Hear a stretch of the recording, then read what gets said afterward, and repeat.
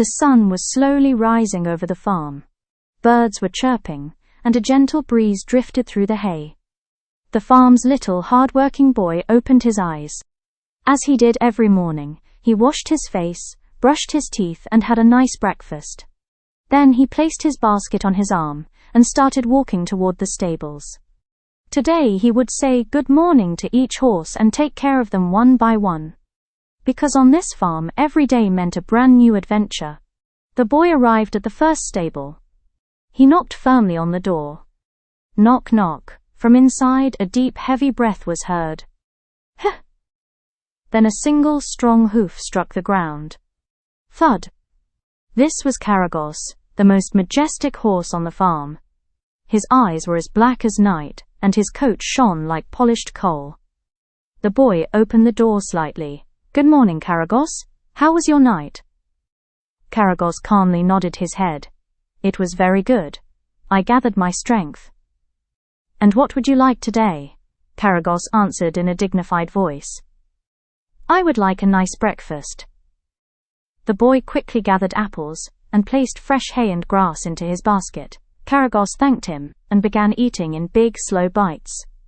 Crunch, munch, chomp. The boy smiled. Enjoy your meal, Karagos. Then he walked toward the second stable. The boy knocked on the second stable door. Knock, knock. Immediately, the sound of running hooves echoed inside. Clip-clop, clip-clop, clip-clop. Caramel raced around the stable in a quick circle, then suddenly stopped in front of the door. Even his breath trembled with excitement. This was Caramel, the fastest horse on the farm. The boy peeked inside with a smile.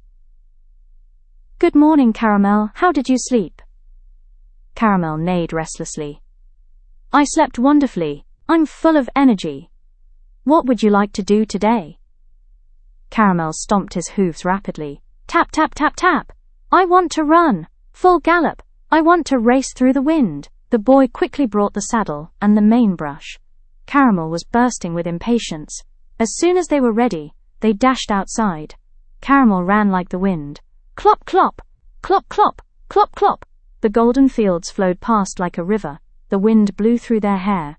When the run was over, Caramel proudly lifted his head. You were amazing, the boy said, patting him gently. Then he walked toward the third stable. When the boy reached the third door, he could already hear a soft grumble. Still, he knocked. Knock, knock. A long complaint came from inside. Off, who is it? This was Lemon, the grumpy, but very lovable horse. The boy opened the door. Good morning, Lemon. How was your night?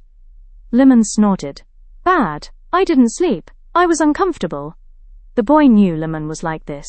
In a gentle voice, he asked, What can I do for you today? Lemon shifted a little, then gave in. I'd like a bubbly bath. A really nice one. The boy quickly gathered soap, a sponge, and a bucket. He covered Lemon in foam from head to tail. He brushed his mane and gently rubbed his back.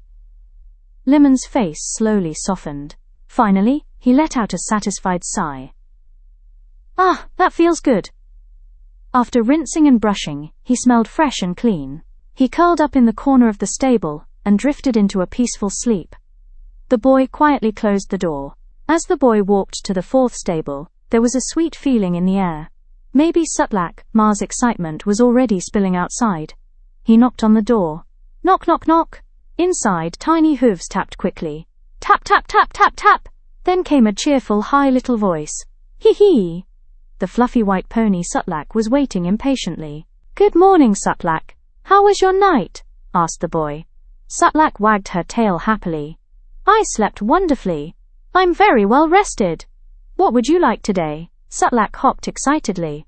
I want cool water. I'm very thirsty. And then I want to give the children a ride. The boy brought a bucket filled with cold water from the well. When Sutlak saw it, she was so excited the bucket almost tipped over. She stretched her head forward and started drinking. Slurp, slurp, slurp. With every sip she splashed water all over the boy. The boy burst into laughter, and Sutlak played even more. The day slowly came to an end. The farm grew quiet.